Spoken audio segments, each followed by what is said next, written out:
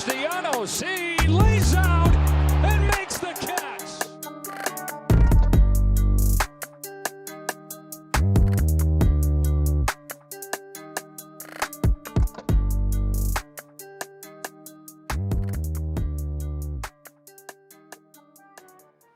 And we are back for another episode of the Double Switch podcast. Johnny, last September, I distinctly remember podcasting with you, and it was a much different time. It was a much different team, and we were both much different people, but we were not happy this time last year. I distinctly remember it. I think we said some not nice things about some of the players and the team, and it was a rough time last year. But this September is different, and it's going very well, and it's weird. It's a little weird, but 1 week left. Yeah, 1 year makes a crazy difference. Now, looking back at that, I think just my trust level with this team is after last fall, you kind of develop a trust for these guys that we just didn't have throughout the entirety of our first podcasting season. But they didn't scare us as much this September. And now, as we record today, our magic number is uno. So we're at 87 wins now. That matches our win total from last year, 87 games, and that came. I think that was our clinching game, the 87th game. I think we ended with that. The team's in much better shape. It's since we last spoke, which was 2 weeks ago. We went into Atlanta. We took care of business. Completely just destroyed the Mets in a 4-game series at home, which I was not anticipating. It was pleasantly surprised. And then before Atlanta, took 2 out of 3 from somebody. But altogether, I mean, this is what a team does to kind of close it down the stretch. I mean, like you said, they have our trust, and they've been there before, and they kind of look like it now. So it's the September everybody kind of hopes for, and it's nice seeing it unfold like it is. And hopefully tomorrow, Tuesday, I'm hoping it's going to be tomorrow, because I mentally set my standard to tomorrow, and I'm kind of counting on it at this point. So hopefully tomorrow's the day. Yeah, I think it's not the easiest matchup. Mitch Keller and Pittsburgh's not the best team, but it seems like this team is kind of has that mentality. Let's just get the job done right now. They know what happened last September too. They're not dumb. These guys were there just as much as we were, obviously. And I think these guys are accountable, and they want to get it done more than we do. So I think tomorrow sounds like it's going to happen. I don't think they want to play around like some of these other NL teams have been playing. Yeah, and when it inevitably comes, that's when we kind of turn towards the postseason. And I think this is a good episode to kind of start to talk about that. I think we can kind of reflect on the season after it ends, and we can kind of talk about what happened throughout the season. But right now, I mean, it's time to start thinking about that, because I think the wild card game is I think it's next Tuesday, right? It is 8 next days. Tuesday, yep. Yeah, and that's going to come up fast. So once we actually know who we're going to be facing, we'll do a little deeper of a dive into that. But today, as is in the wild card race, there's kind of 3 teams: the Cubs, the Marlins, and the D-backs. I guess 4 teams if you count the Reds. I think the Reds are they're 2.5 back of a spot. Okay, so it's probably going to be the Marlins, D-backs, and Cubs for 2 spots, and obviously we're the 1 seed in the wild card, pending any disastrous outcome. That's where we're going to be. So we will, by nature, face 2nd seed. And Johnny, who do you want to face? That's a question. Rank them for me. Rank them top to bottom. Who you most want to face to least want to face. Rank them for us. Okay. We're including the Marlins in this, but not the Reds? Not the Reds. I would want to face, in order, my number 1 team I would want to face is going to be the Chicago Cubs. My number 2 team I want to face is the Miami Marlins, and my number 3 team that I really don't feel like facing in the wild card is the Arizona Diamondbacks. I like how you phrase that. You don't really feel like facing them. So Cubs, Marlins, Diamondbacks. I think I would agree with that. So let me kind of hear your rationale for for why you don't want to face the D-backs, because that's kind of the big theme here that I agree with. Why don't you want to face the Arizona Diamondbacks? Well, I don't think it takes any expert to realize that Zach Gallen and Merrill Kelly are cooking right now, and they're a good 1-2 punch. I don't really feel like facing. I think that they're a nice 1-2 punch that would kind of match our Wheeler, Nola, Ranger, whoever our 2 is going to be. I think whoever they can match up against whoever we put out there pitching wise. So who do they have going game 3 is the real question. That I don't know. Is it Brandon Pfaadt? Maybe. Could be, yeah. I mean, who else? Then there's Zach Davies at the 4 or 5. They don't want to throw him out. No, that's the one thing about the D-backs, though, is if we get to a game 3 in the wild card series, I don't know who they got, and I know that we probably are going to throw Ranger Suarez out there, so I feel good in that respect. But yeah, no, that team with Gallen and Kelly at the top, I don't know if either of them have playoff experience, but they, they're two guys with pretty good stuff, and the D-backs kind of feel like a team that they don't know what they don't know. Like they don't know what comes along with the playoff series, so they're not going to act like they know that. If that makes sense, that definitely didn't make sense.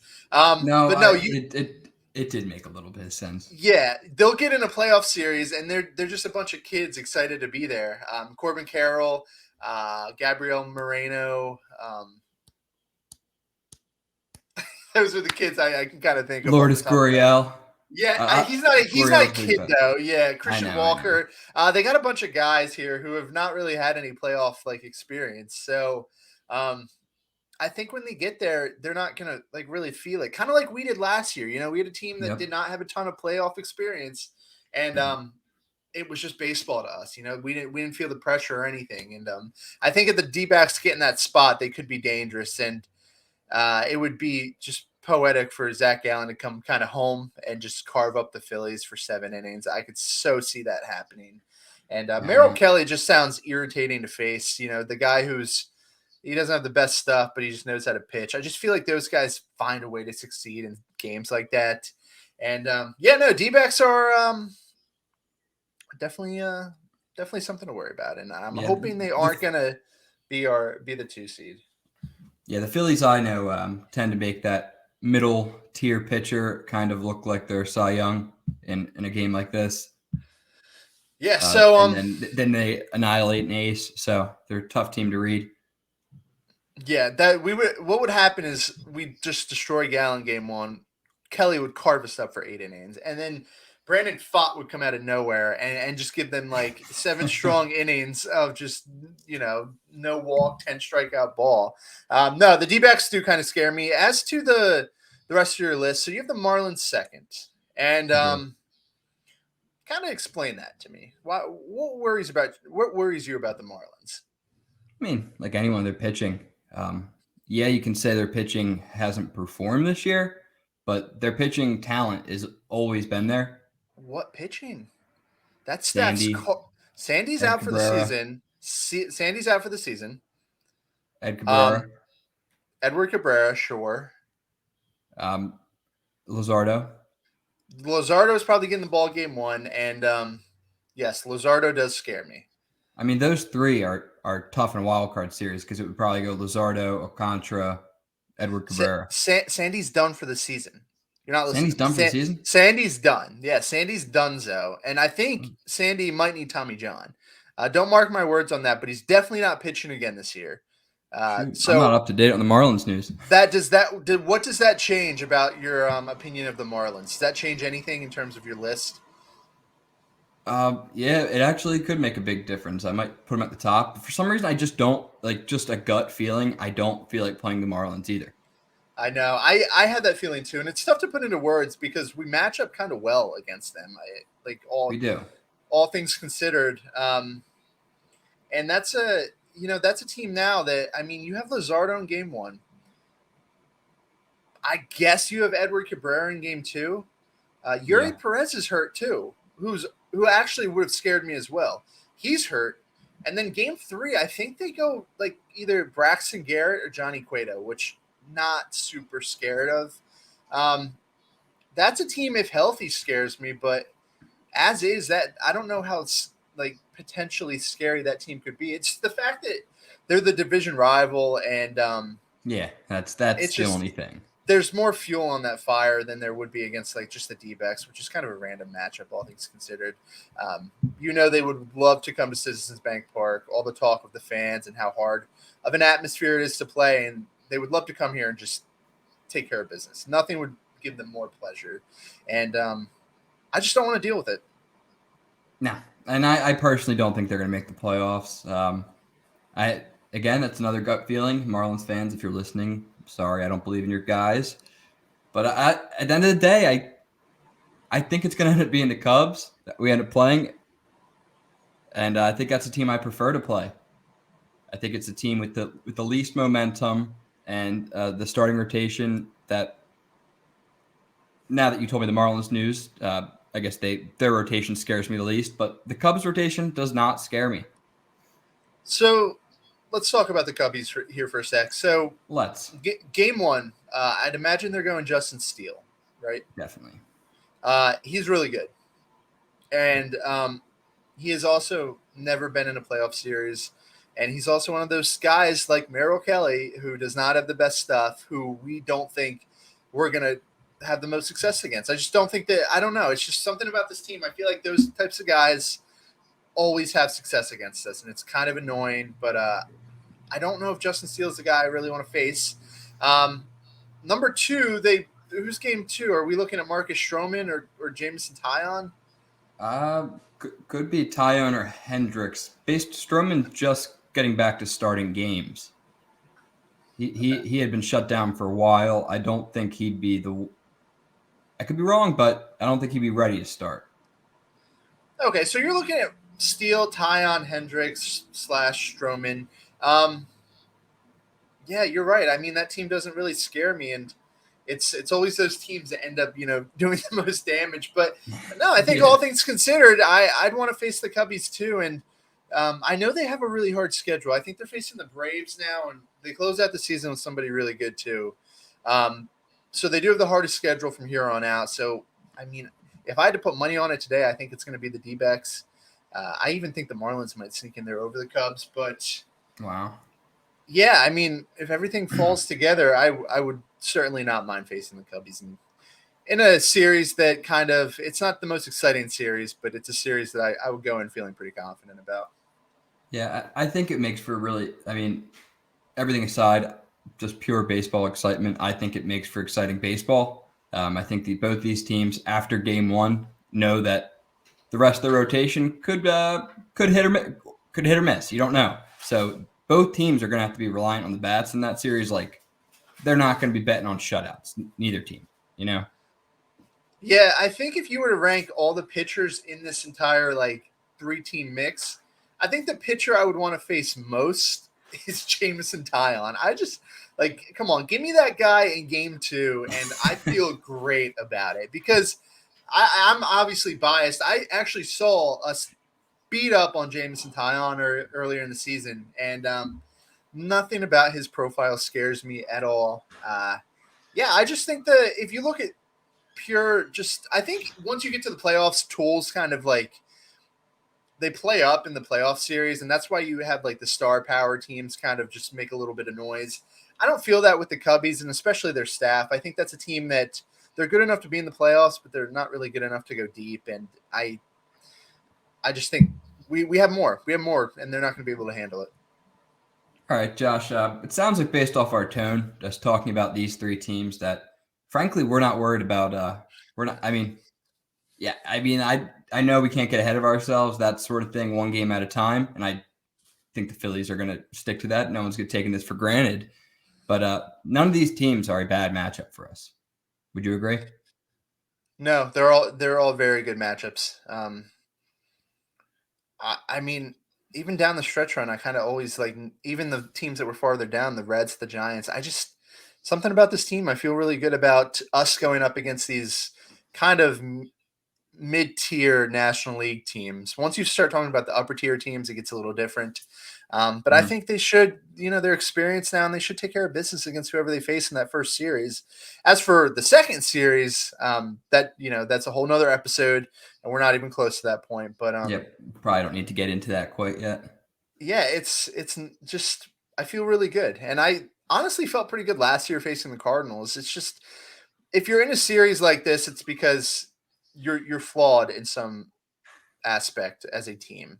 Even us a little bit. We're a little flawed in certain areas, and I just think that our holes we can patch, and I don't know if other teams are going to be able to overcome their holes to kind of roll over us, especially in Citizens Bank Park. If this was on the road, it changes everything. But at home, I just not worried, not super worried. All right, I got a question. What do you think is our biggest strength going into this final week? Biggest strength as a playoff contender. What's different about us? Biggest thing right now, I think in the wild card series, I think there's a couple of things. I think we have the best pitcher in the wild card series. I think Zach Wheeler's the best pitcher. Back into the bullpen, I think we have the best stuff. I didn't say the best bullpen. I said we have the guys at the end of the bullpen with the stuff that can just close out a game like no drama whatsoever. That might not necessarily develop that way, but in a playoff series, that's an advantage having arms that you can go to like that. And the biggest area of strengths, lineup depth. I think everybody knows that. We're very like it's a lineup that's tough to navigate. A couple times. I mean, once you start laboring through this lineup, you have a bunch of guys that can give you really good at bats, and you have a bunch of guys that can kind of just do damage on one swing. I mean, you're looking at a team now with are we at 6 guys with 20 plus home runs yet? I don't know if Bohm's at 20 yet. I think Bohm's just short. Okay, well, if Bohm gets to 20, that's 6 guys at 20 home runs. That's big time pop, and you're going to have a guy with 20 plus home runs batting 6th, 7th. And, it's Brandon Marsh is going to be batting like 8th with an 850 OPS. And it's tough. I mean, Brandon Marsh, he kind of, I'll just hit on this quick. Like he kind of faded out. Like, he had that great start and then like didn't really get as much attention because it wasn't like that explosion of offense, but he ended up with the 3rd highest OPS in the whole team. So that says something that he's stuck in there all year and had a good year. Dude, I don't understand that because he has 10 home runs. How is his OPS that high? Doubles machine. Is he? That's crazy. I feel like he has the same profile. I feel like Bohm has a better profile, but Bohm's OPS is like 60 points lower. It's weird. No, Brandon Marsh is actually turning into Charlie Blackmon. Prime Charlie Blackmon. I like that. But it's a deep lineup and it's a team that's built for a series like this. That's what Dombrowski had in mind. And it's important, like the advantages that we do have.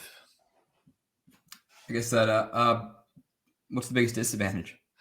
Yeah, I like this kind of like dynamic. You're the host now, and I guess I don't know what my role is, but it's kind of fun being on this side. Biggest disadvantage, it's clear. Game 2 and game 3, or I guess game 2 or game 3, because we don't know when Rangers pitching. But whoever's not pitching, if Wheeler and Nola is not pitching that game, we're at a disadvantage, and it's not necessarily a guaranteed disadvantage because we have guys that can pop off, but having that uncertainty in that game, it does worry me a little bit. But like I said, I think Rangers going to be our game 3 starter, which makes me feel even better. And I think you can kind of hide that in a series like this, especially since the games get shorter. The list of guys that you actually have to use gets really short. I mean, we might get through the series with just like 5 pitchers. I mean, 5-6 pitchers, you really don't even have to dive into the bullpen in a series this short. And I think we can kind of hide that now. Once we get to longer series, 5-game, 7-game series, those flaws, they kind of get harder to hide. The Nolas and the Taiwan Walkers of the world, you can't really hide them anymore. You have to use them. But for a 3-game series, it's whatever. What else you got? I actually have a ton of questions for you today. Oh, yes. I just woke up this morning. I'm like, I can't wait to ask Josh a million freaking questions. What's Christopher Sanchez's role on the Phillies playoff roster? I mean, you look at it, you just said it. You don't usually have to go past like, we could kind of recycle the same 3-4 starters in the playoffs. We saw it last year. We never had to touch Kyle Gibson in big situations. You would think Christopher Sanchez kind of has that same role as Kyle Gibson going into the playoffs, but he's been very, very effective. He's actually the hottest hand after Wheeler. Yeah, so that's a very good question. I don't think he's the Kyle Gibson because I think Taijuan Walker's Kyle Gibson. I don't think we're going to see Taijuan Walker in the playoffs. And I think there's a strong argument that he shouldn't even be on the roster. I don't even know if he should be on a playoff roster, because I'd rather have a high-octane arm in the bullpen. I mean, really think about it. Who gives you a better chance to get high-leverage outs, Taijuan Walker or Andrew Bellotti? I kind of trust Bellotti coming out of the pen. I mean, do we even know if Taijuan Walker can do that? And if we don't know if he can do that, what's the point in even having him on the team? Mop-up duty in like a game 4 or something? You don't plan for a mop-up duty in the playoffs. I know. That's what I'm saying. And it's going to be very interesting to see who they actually select to this roster. But Christopher Sanchez, this is not my idea, but it's the right idea.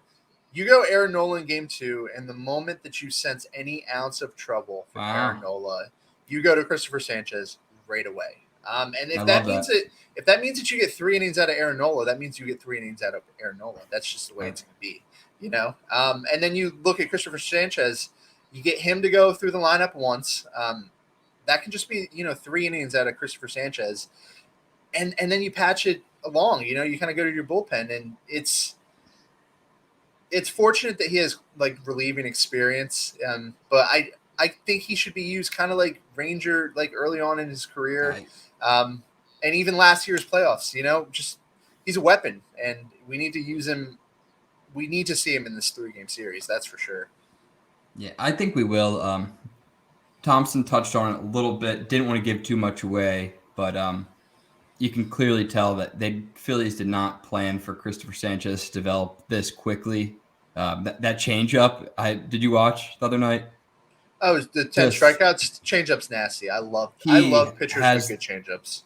I mean, I'm getting like Cole Hamels flashbacks watching him just drop that thing off the table. But I mean, that's a pitch against some of these dangerous bats that you gotta have, and he has it, and he keeps it really low, and he's really good at that. And the guy you just talked about, Taijuan Walker, has been very poor about keeping his stuff low in the strike zone, and he's a guy that should be pitching like Christopher Sanchez, low in the strike zone, and he shouldn't be missing. He doesn't throw hard enough to be missing down the middle. But I think you're right. I think they're going to try to sprinkle in a little bit of Christopher Sanchez. If that means like 3 innings after Nola goes 4, I think that's a possibility. Yeah, Nola and Sanchez actually have very interesting, like, contrasting qualities. Nola obviously has a problem with the home run ball. Christopher Sanchez buries the baseball. I mean, it's kind of like a Framber Valdez type profile. Yeah. Just really works down in the zone, and that's the type of pitcher that doesn't have blow up starts. When they get into trouble, it's just it's singles and hits in the gap, and or walks. But Christopher Sanchez has been great with that, and between that and his demeanor, I feel really good about throwing that type of profile out there in a series. And he does kind of remind me a lot of Ranger, like just what he can do. I mean, he stays calm, he gets ground balls, and he throws strikes, and that's what Ranger does, and that's why we feel good about Ranger. Yeah, no, you're right about Christopher Sanchez, 100%. That Ranger comparison actually really good. But the one thing I've noticed about like Christopher Sanchez that I think will translate super, super well into like a playoff game, he gets in trouble in a count, and like he knows he's like he never really thinks he's out of the count, but like if he like has like that sense, he'll walk the person and then just come out guns blazing against the next guy. He forgets, like he'll give that guy the base, but he won't like start throwing balls to the next batter. He doesn't carry that into the next at bat. Very short memory, and just an awesome trait to have in the playoffs. Yeah, he should share some of his secrets with Aaron Nola. Yeah, it might be too late for them to have that. I wish they had the conversation earlier this season, but they didn't. What else you got? Well, Orion Kirkering. This is like a Q&A episode. This is cool. I'm asking the expert, Josh Knapp. Yes. What would you like to know about him? Would you like to know that he is? I mean, he's the filthiest pitcher in the bullpen right now. Is that what you want to hear?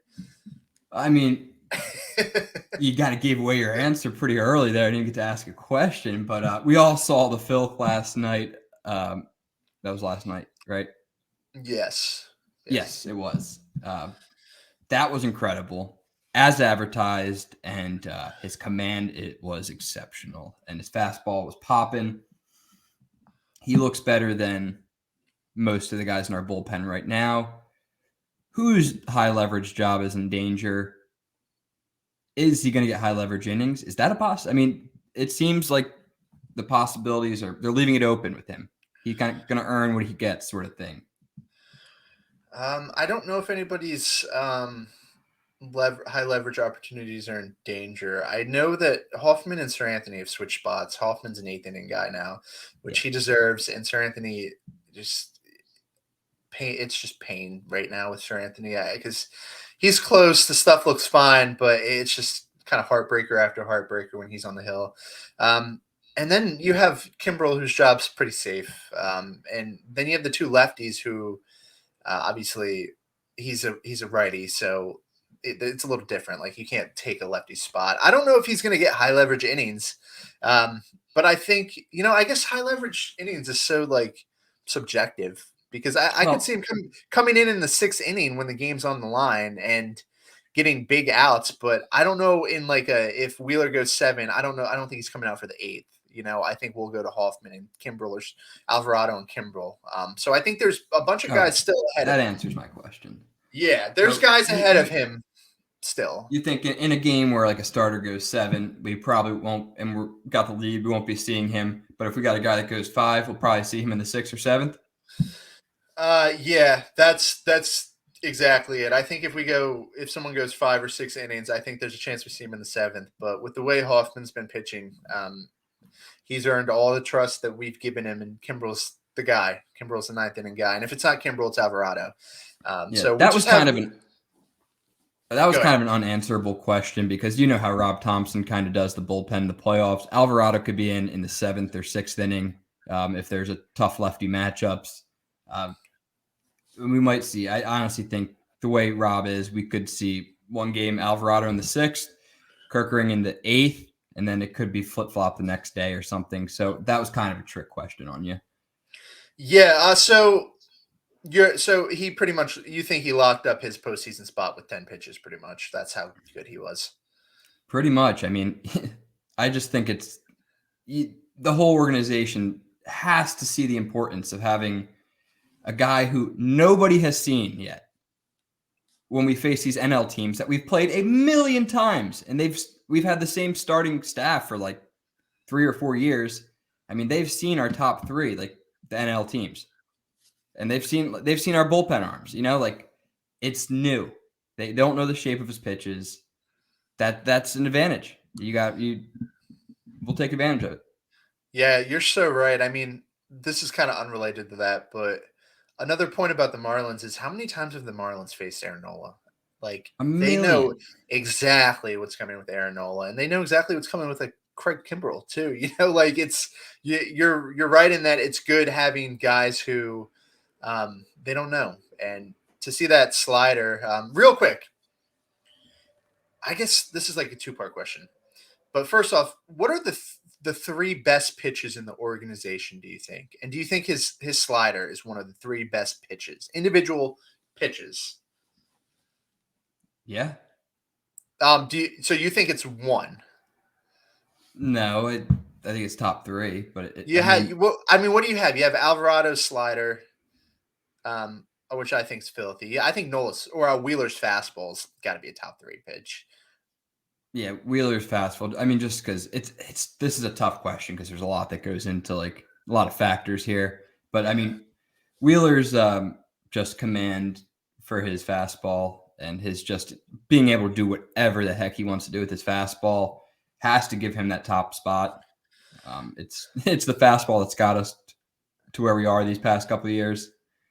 He's put us on his back. So, yeah. But I think Kerkering, I mean, looking at it right now, yeah, I think it's the second best pitch in this whole organization. And then probably Alvarado's slider or sinker. Alvarado's sinker is probably. Yeah. I would say Alvarado's sinker is probably in there too before his slider. It's just insane because we're talking about Alvarado, who's like the nastiest lefty in baseball. And I actually think that Kerkering's slider is better. That pitch. It does not like I have the blitz ball thing, the orange ball that you put your things on, and I can't get my slider to do that with my blitz ball. I don't know, like I don't think he should show anybody, but I'd love to see his grip on that. And his arm action is so like it's so whippy, so he can get such high spin rates on it. And it makes everybody uncomfortable, it makes righties uncomfortable, lefties uncomfortable. And he hit 100. You know, it's not just like he has one pitch. He hit 100 last night. And people have said it, but sky is the limit. I mean, I don't want to get too far into it, but man, it just gets me thinking, you know, like what can this guy really be? I got nervous. I'm not gonna lie. I've got a little nervous when everyone saw it. And like, I even saw like Talking Baseball and like Rob Friedman, like the pitch ninja guy, like everyone kind of like drooling. I'm like, all right, let's like knock on wood here, you know, like I don't want this to age poorly. But I mean, just the horizontal break that thing has, it's unheard of. The view from behind is what gets me every time because you can see it all like when you get behind home plate and you see it moving like that, like it's insane. And I'm glad they gave him the spot, and I'm glad he has an opportunity to help us down the stretch. You were one of the people who was kind of like first on it, so good on you good on you for kind of eyeing that up. And it seems like you were right in your assumption that he could help because he definitely looks like he can. It's a weapon. It's a weapon. Our Q&A session's going long here. Any other good questions you got? Throw them at me. We'll keep this. We'll try to keep this under like 40. That's fair. It's a big episode. I'll actually cool off. I've just been excited. I'm starting to get that Red October in my veins. I'm moving to Philly next week. Whoever's listening, and I'm excited for this whole October. I think it's gonna be great. But one more question. It has nothing to do with really the Phillies and relevant to the current. But do you think there's anyone still in the Marlins current roster that faced Aaron Nola in 2015? Well, I would say Rojas, but he left last year. Wait, do you have an answer to this, or is this like a trivia time? Or no answer. Anybody on the Marlins? I'm going to go with no, definitely not. Probably not. But I think Rojas, who was their shortstop last year, probably faced him in 2015. That guy's old. Yeah, that would probably be it. Probably the only guy. Yeah, that was a very random question that came up when you were talking about how many times have the Marlins faced Aaron Nola. I'm like, well, a lot, but they've had a whole different team since, you know? A lot of turnover on the Marlins. Yeah, you know, you actually make a good point because they like rebuilt that team in the past couple of years. Different. I actually don't even – it's not like the Braves. The Braves have faced him a lot, and like Acuna and Albies, like they've faced him a ton. I don't think the Marlins have any guys like that because the Rise was new – Soler, who else is on this team? De La Cruz. A lot of young guys came up. Yeah. No, that's now they got that Jake Berger starting. They have a weird team. I like Berger. I'm a big fan of Berger. He's got some pop. Yeah, I like burgers too. Yeah, no burgers. True or false? I'm hungry now. I heard that you are going to climb the greased light pole once the Phillies clinch. Is that true or false? I'm gonna climb the Liberty Bell. You're gonna climb. It's like on the. You're just gonna grab it and like hold on. It's not in the air. I'll crack it. Okay. Oh man.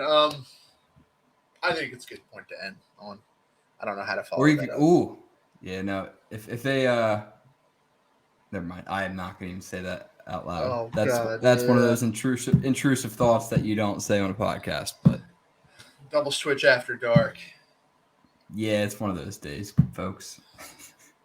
All right. Well, I guess season's coming to an end here, so we will be back to preview whoever. Yeah, I think that should be our next episode. We don't have to have an episode when they clinch because it's not like last year. So we'll be back to preview division series, right? Are we in agreement there? We'll get an episode out by Monday or Tuesday morning of next week. Definitely before any of the wild card series start. Okay. All right. That sounds like a plan. So we will be back to talk to you guys then. And as always, thank you guys for listening. Thank you for another great season. And thank you It's been a full season. Yeah, thank you for sticking with us through all of this. If you are an Eagles fan, Sixers fan, Philadelphia sports fan, go check out Pick Swap Media. Eagles are in full swing. I think they're about to start like 5 minutes from now or something. So go check out their media, and we will be back soon to talk to you guys. Thank you. Go Birds, go Phils.